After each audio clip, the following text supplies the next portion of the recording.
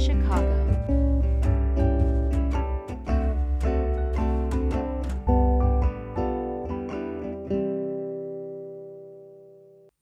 Hello, and welcome to another episode of the Bridging Chicago podcast. My name is Nathan. I'm the host for today's episode. I'm also our senior producer, and you can find the Bridging Chicago podcast at www.bridgingchicago.com. That's where you can go to listen to all the episodes of the podcast, including the previous 4 seasons, and we're right here in the middle of releasing season 5, so we've been so excited to get to join you now for our 5th season. You can also find the podcast on LinkedIn by searching Bridging Chicago. And our handle for Twitter and Instagram is at Bridging Chicago. So now that that's all done, I'd like to welcome our guest today. I'm really excited because we get to be joined by a panel of guests today who are representing Reading in Motion, an amazing organization that is doing work in Chicago to help readers not just be able to read at their level, but actually to be able to read at a level up. And so they're essentially leveling up reading here in Chicago. So I'm so thankful to Avo, Brenda, and Lauren who are joining us today. Avo and Brenda are both instructional coaches for Reading in Motion, and Lauren is their educational programs manager. So thank you to the three of you for joining me. Thanks for having us. Thanks for having us. Thank you. Yeah, absolutely. Lauren, I'm going to start with you because I did get the opportunity to meet with you before this and talk about what you're doing there and what the organization is doing. So first, I'd like to say thank you for joining me. And if you could share with me a little bit about Reading in Motion and what the heart of its mission is, so we kind of all are on the same page as to what the organization is. Yeah, absolutely. So Reading in Motion is a nonprofit organization. And really our mission is to allow students to have the opportunity to read who may not otherwise be afforded that particular privilege. And so Reading in Motion, like I said, we are a nonprofit. So we do a lot of fundraising to help our schools to afford our services. But I think what really sets Reading in Motion apart is that we are an arts-infused program. We have lots of songs. We have scripts. We have all sorts of fun activities that students are able to do in order to help them to learn to read. And I think that as a former teacher is what makes Reading in Motion exciting. And yeah, I love what we do. I love our mission. I love our students. And I think we make a big difference. So as a former teacher, can I ask you, reading is obviously foundational for students, being able to learn the alphabet, to speak and read clearly, I think is really important. And so for you, what is it about the mission of Reading in Motion and reading in general that is really especially important, I think, for students to get very young, to start doing very young and get proficient at a young age? Yeah. So research shows that if a student is unable to read by the end of 3rd grade, that it's very likely that they will never catch up. And that's a pretty scary statistic. Reading in Motion really does sit in that pre-K through 2nd. We're hoping to expand into 3rd grade. So we really do provide these services to those students who are at that crucial time period where they will be able to learn how to read, and it will help them from being held back for, the rest of their lives. If we don't catch them up in time, then it does show that students, research shows that students will not catch up. Yeah. And so knowing that, Brenda, as an instructional coach, first, can you share with me kind of what that means and what you do there? And then sort of knowing that if you don't stand in the gap and help these kids learn to read and not just learn, but enjoy reading at a very young age, what that means for you, like in your heart, like hearing that, what does that mean to you? Oh, it's heartbreaking. And I mean, as a former school counselor, I would see it when I was, working with children that would have, behavioral issues in the classroom. A lot of it was because they were struggling with reading. And like Lauren was saying, if they're struggling to read by 3rd, 4th grade, the chances of catching up are slim. It's just even harder to close those gaps. And so our organization really focuses on trying to prevent that from happening, obviously. But it's hugely important. And as we all know, reading is the foundation for all learning. So of course, like once a child gets to third, fourth, fifth grade, if they're struggling to read, then they're going to struggle in social studies. They're going to struggle in science. And so it's something that will, of course, have repercussions for them as a lifelong learner, for sure. Yeah. And do you have direct contact with the students? Do you work directly with them learning to read? Yeah, so actually, before my role as an instructional coach, I was what we call it at Reading in Motion, an extra dosage instructor. That's how I started my work with the organization, and I would do like small group work with those kiddos, especially that, for lack of a better word, kind of fall through the cracks. So they might not be really low, like where they need like special ed services, but they kind of are just like at that lower mid range where they just need like an extra push. And so, oh my gosh, I mean, that's why I fell in love with Reading in Motion, was doing that work. But even now as a coach, I do work directly with students in the classrooms when I do my school visits with teachers. Yeah. Yeah. And Avo, can you tell me what you enjoy about reading? Like, have you always enjoyed reading? Is this something that has always been important to you? And then for you, I'd like to hear a little bit about your interaction with teachers and sort of how you come alongside teachers to help them do the work that, let's be real, they don't have time, they're not resourced, and they're not paid enough to do. Yeah. So for the first part, yeah, I have always been interested in reading. I actually was an English major for part of my college education. And I'm also a musician too. So for me, it's kind of a fusion of both, and as Lauren said, we're kind of an arts-infused organization. And we've taken the approach that some students don't quite grasp the traditional mode of learning of a typical classroom. So we've Yeah. designed a curriculum and a methodology to teach these early reading skills that employs elements of music, a little bit of movement, and even some drama skills too. Now, what we've done is created that curriculum to bring into the classroom. The teachers actually execute it, and we're alongside them as they execute it. We do regular visits to the class, either in person or virtually, and we kind of observe, sometimes model, sometimes interact with the students so that the teacher can kind of see what we might be after in a certain activity if they don't quite get it. And Yeah.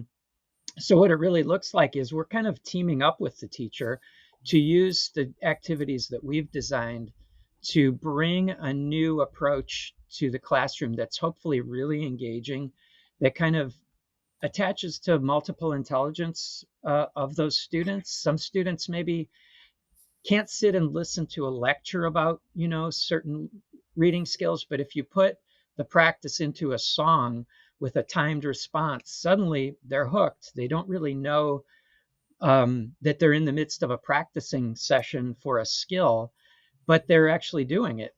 And so we get a really high level of engagement from the students in that way.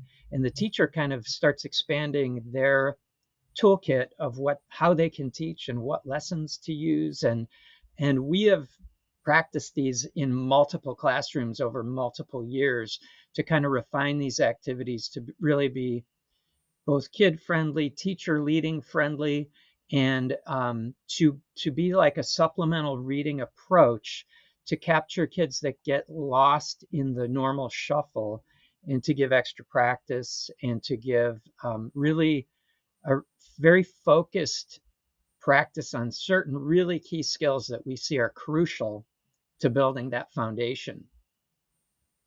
You used a couple of words in there that I want to kind of pull out and talk a little about multiple intelligence, which I thought was really interesting because I hear that and I think of, I mean, kids are smart in so many different ways. And I think that we most identify with academia, when they get something, when the teacher tells them something, they get it, they can use it, they can apply it, they can remember it. I think we think, oh, that kid is smart. When kids are really sort of precocious at other things, art, music, whatever it may be, we don't always recognize that as early. And so for you, what can you share what you mean by multiple intelligence and why it's important to remember that and to really like think Yeah, about and apply that? definitely. Yeah, for me, multiple intelligence is kind of the different ways we take in information and learn. We could be a visual learner where we need a lot of pictures. We might be a auditory learner where we really need to hear someone speaking to us to be our main mode.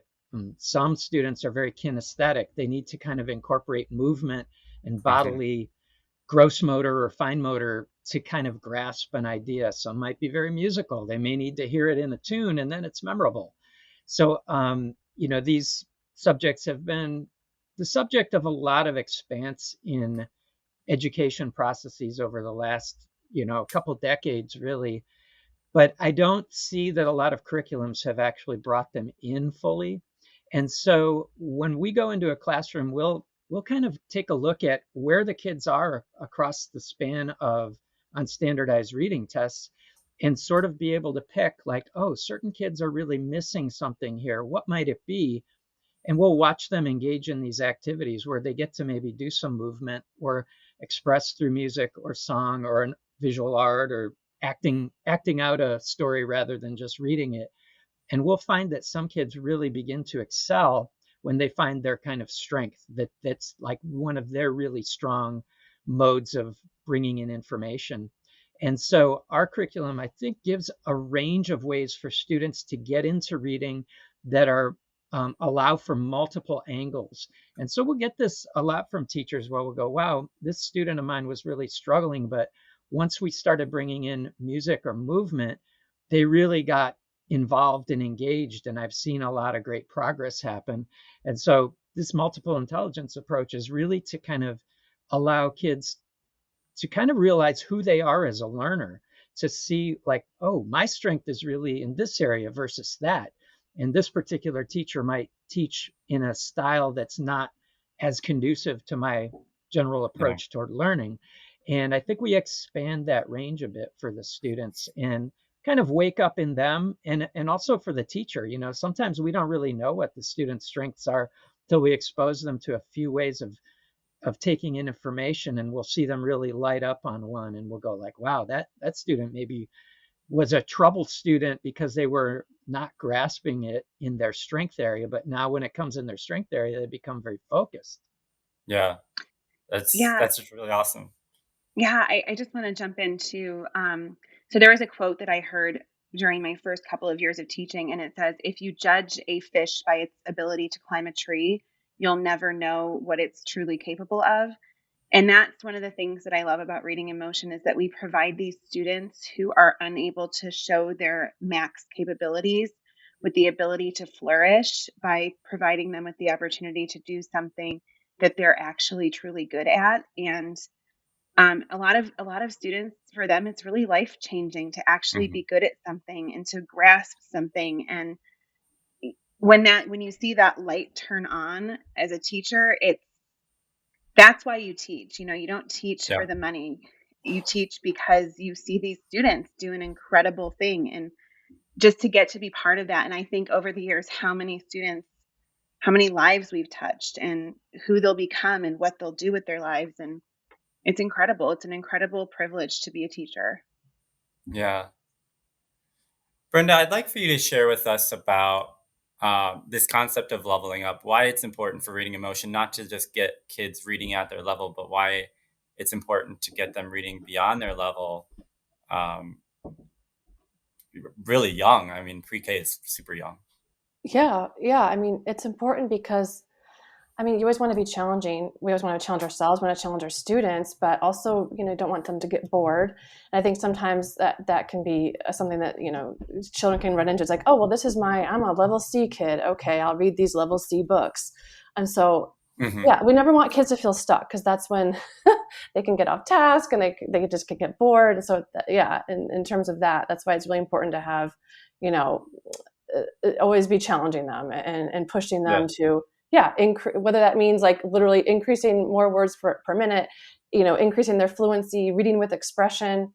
And it's more engaging too, and it will want them to want to go read a book. Yeah. Yeah. Yeah. I loved reading when I was young, and I still read a lot now. And for me, I think, most of us probably know the Book It program, and that was huge in my like enjoyment of reading because Oh it's like, yeah, yeah, who doesn't want free pizza? I loved that So program. I don't know if they love me as much because I got a lot of pizza out of that. But for are there other organizations out there that you see that are also working really hard to make this happen, and or other programs out there? And what inspires you about getting to work in this, with all these other programs to do this kind of work? Is the question for me? Um, Yeah. Yeah, yeah. So in the city of Chicago, I mean, there's a lot of, I mean, I also did volunteer work with an organization called Open Books, and they also provide Mhm. lots of Yeah. different, yeah, yeah, lots of different books, and they do have like a reading buddies program in schools, and then there's another organization called Working in the Schools, WITS, which is also great. And yeah, all of these programs are just designed to like, get that love of learning and of reading of children. So yeah, those are just a couple off the top of my head. I don't know if Yeah. Lauren, yeah, or Avo, if you know of some other ones. I know Sit Stay Read. They're a pretty cool program that they bring dogs into school so that kids are able to read to dogs. That's kind of a neat program as well. Yeah, there's lots of different programs out there that encourage reading. Um, yeah, they're great. Yeah. Yeah, I'm an Open Books member, so I love Oh, going there and seeing because it for me, like when you go in and you see a kid sitting on the floor like reading a book, it's like you just get excited that they're excited to be there and they like want to read it now. They don't even want to wait till they get home. So it's super fun. Yeah, Lauren, I'm sorry. Go right ahead.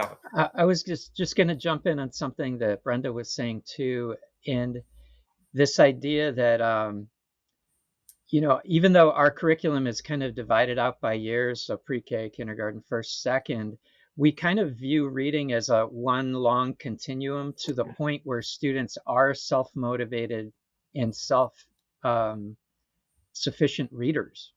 So whatever that age is, if it happens for some kids in kindergarten, great. Some kids may not, even in first or second grade, get there.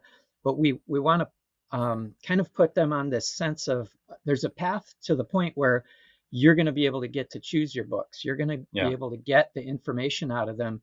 And even though we divide them by grade, if a student is ready to move on, we'll show them the curriculum from the next year. And if students are behind, we may show them curriculum from a previous year to kind of help catch them up. So we have looked at reading as like this it's a lifelong process for sure, because once you become a self-sufficient reader, there's nothing you can't learn, right? But until you are a self-sufficient reader, that's where all of our assistance hopefully comes in, is to get them to that point. So we kind of divide our lessons out by grade, but we'll Mm. also cross over a little bit on grades with teachers where they might have groups of students, especially during this time of online learning. We've noticed that we've needed a wider band for some grades or some classrooms just to kind of pay attention to where they're really at and what the next step is. So if they're in first grade, but they're late kindergarten level, then they need to find that next step to get them through the kindergarten level before they move into first grade.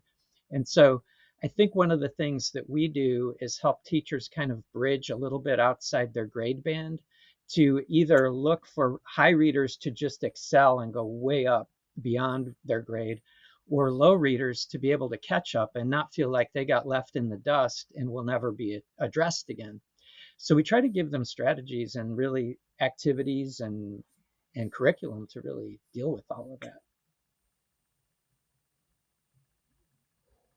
Yeah, and I'm wondering if you can share with us, is there a connection between speech and reading? And if a child is able to speak well, or if they are unable to really formulate words, string them into sentences, does that impede their ability to read? Yeah, that is such an important question. I think you hit on one of the key things that we really concentrate a lot on, especially, let's say, pre-K into kindergarten, is that first and foremost, our language is a spoken and listened to Mhm. language. We learn to speak and converse before we learn the mechanics of reading. And what we have noticed, and we encourage a lot in our pre-K, is to get conversational and get students to really start speaking and listening to more and more complete sentences and to be able to express their ideas verbally. Because what we have noticed is that if children don't develop that, let's say by halfway through first grade, and they start being asked to read text, the language structure is still kind of unfamiliar to them, and they really it's almost like a somewhat like a foreign language to them. So we really feel like you've got to learn to speak it and hear it in really conversant ways as you grow, and then you can be taught some of these mechanics to kind Mm. of decode the language. And English has its own special set of issues because we have a whole bunch of sight words that don't follow grammatic or follow phonemic rules. So you can't sound all of them out. They're Yeah. spelled oddly. And so they've got to memorize a certain batch, but they do need to know how those words are used in normal conversation before you can ask them to do something abstract like memorize a word. Yeah. So we really push this idea that spoken and oral language is a key element in developing kind of all the neural networks that are going to help them decode language and reading later. Mm.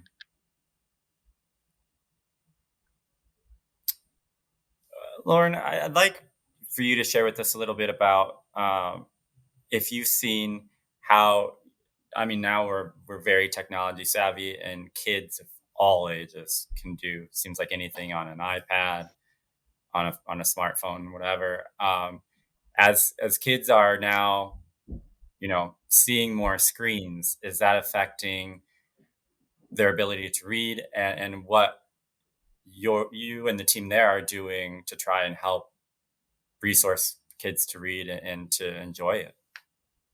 Yeah, I definitely think that we see it this generation. Even when I first began teaching, there wasn't a lot of screen time.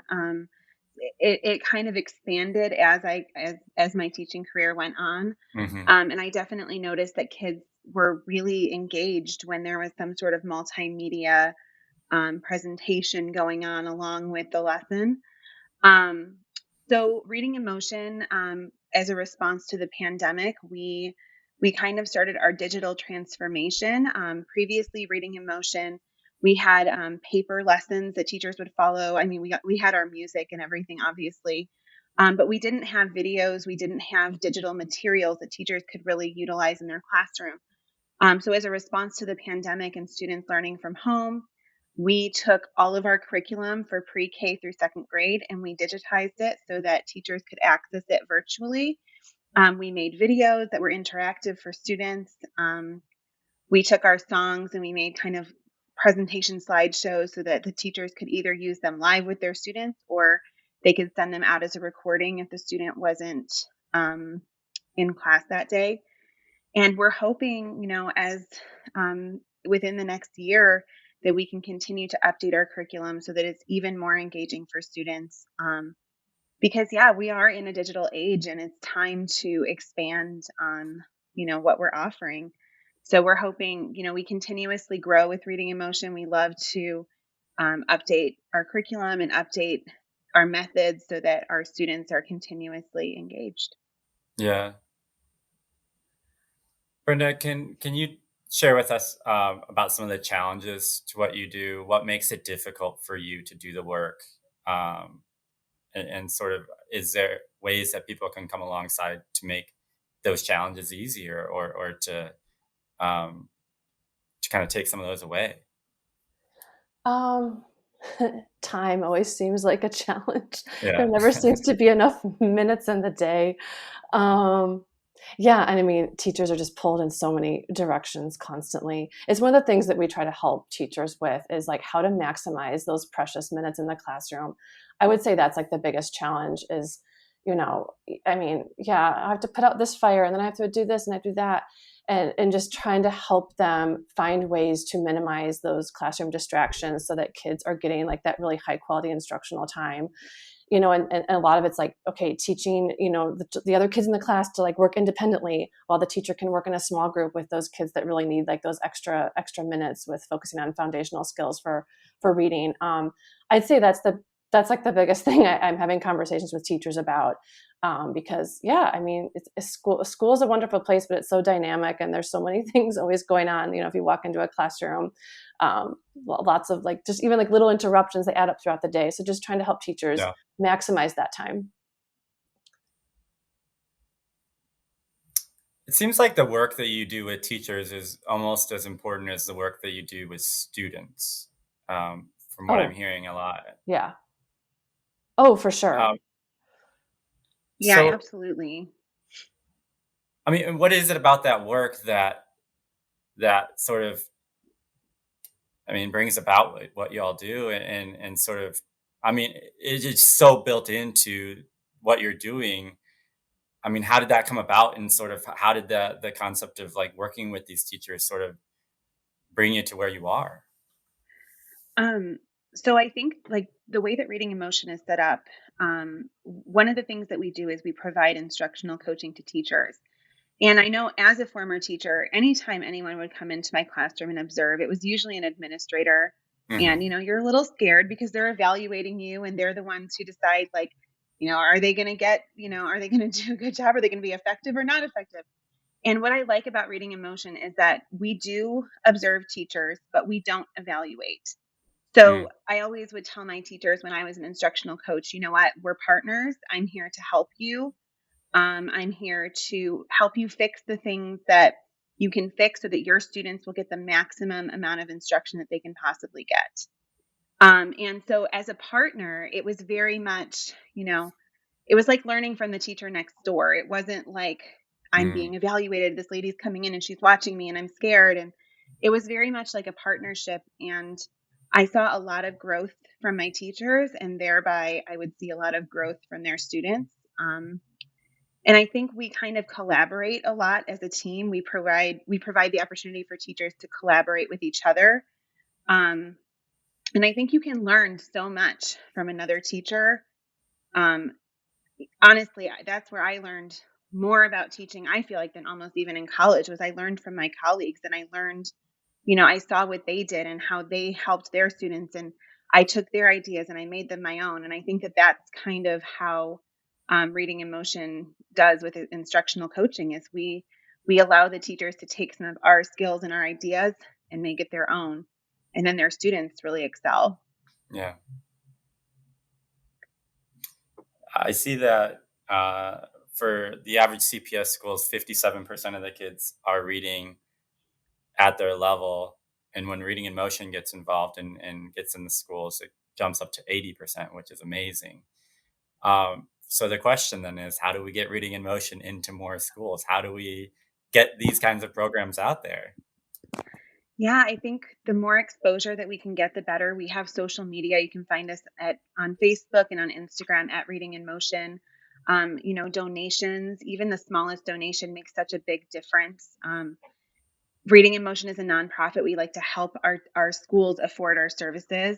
A majority of our schools utilize donor dollars in order to fund Reading in Motion within their classrooms. So yeah, if people want to help, they can donate. They can follow us on social media, share our posts, share our mission. I think that would be a great way to get involved. Yeah. You already answered one of the questions that we always ask, which is, where can we find you? And we know now where to Yeah. find you. And I found you on Instagram, so obviously it's effective there. You can always go to readingemotion.org and find out what's going on, what they're doing, and the effect that they have in schools. So that's great information. Avo, we're going to go start with you, and we're going to get this from everyone. But I want to know first from you, what is your hope?